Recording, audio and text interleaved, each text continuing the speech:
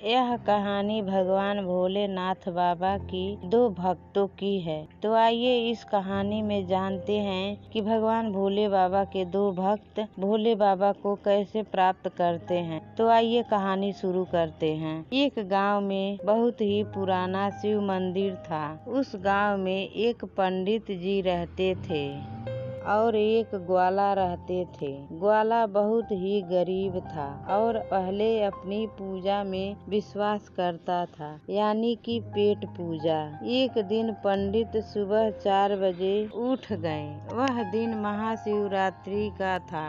उसने सोचा कि मैं सभी गांव वालों से पहले जल्दी मंदिर में जाकर भगवान शिव की पूजा करूंगा तो भगवान शिव मेरी सभी मनोकामनाएं पूर्ण करेंगे। यह सोचते वह सुबह 5 बजे ही मंदिर में जाकर पूजा पाठ करके अपने घर आ गए। अब बारी थी ग्वाले की। ग्वाला 9 बजे सोकर उठा और सबसे पहले यह सोचने लगा कि मैं क्या खाऊं। उसे भूख बहुत तेज ही लगा था। अपने खाने के लिए वह एक पेड़ पर चढ़कर बैठ गया और हिरण का इंतजार करने लगा कि हिरण आएगा और मैं उसको शिकार करूंगा।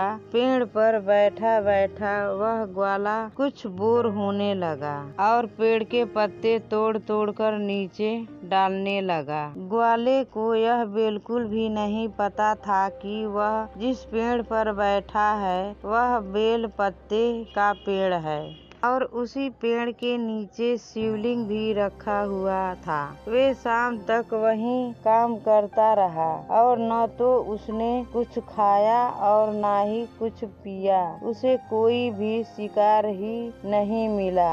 इस तरह से उसका पूरे दिन का व्रत हो गया और साथ ही उसने सबसे ज्यादा भगवान शिव की पूजा भी की, जिसके कारण भगवान उनसे प्रसन्न हो गए और उसके सामने प्रकट होकर उससे वरदान मांगने को कहा। तो देखा दोस्तों आपने किस तरह से भगवान उस ग्वाले से प्रसन्न हुए, जबकि वह पंडित रोजाना सुबह जाकर शिव जी की पूजा आराधना किया करता था। भगवान शिव तब भी उस पर प्रसन्न नहीं हुए। उसके मन में कपट था। इसीलिए हमें कभी भी पूजा भाव करते समय अपने अंदर कपट नहीं रखना चाहिए।